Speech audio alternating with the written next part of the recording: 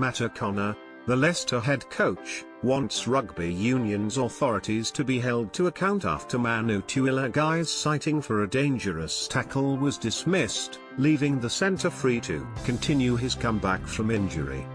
Tuilagi pleaded not guilty at his hearing on Wednesday, with the disciplinary panel ruling that while the tackle on Munster's Chris Cloete was reckless, it did not warrant a red card.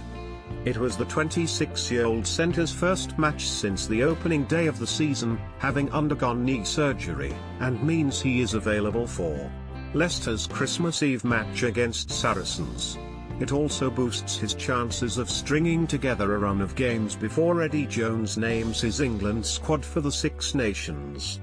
While O'Connor was satisfied Tuilagi had been cleared, he pointed to the disruption the disciplinary process had caused. In October, the England captain Dylan Hartley's involvement during the autumn internationals was placed in jeopardy after he was cited for striking the head of Clermont's Rabah Slimani.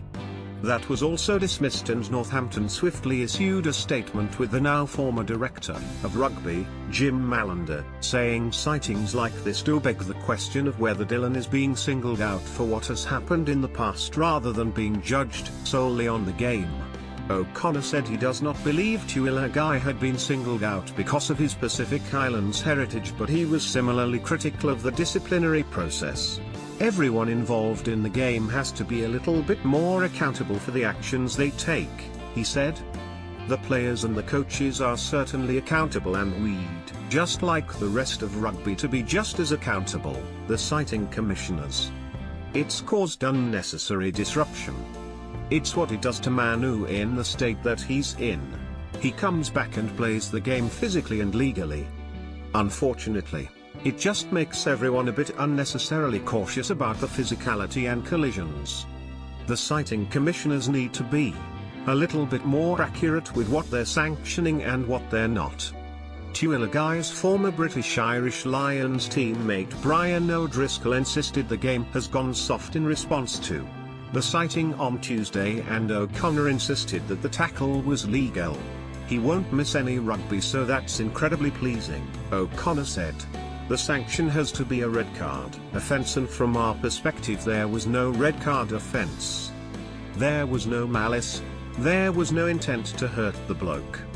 It was a very legitimate tackle. It's a reaction to the broader community around health and safety and player welfare. Tuilagi has managed only 17 minutes of game time for England under Jones, and last started a test in June 2014 because of his long list of injury problems. He made only 7 Leicester appearances last term, but after coming through 80 minutes against Munster, O'Connor was optimistic. Swift improvements. He'll get better and better every time he plays, O'Connor said on Sunday. We'll be very diligent about what we have to do, but the growth that he'll get out of that mentally and physically will be enormous.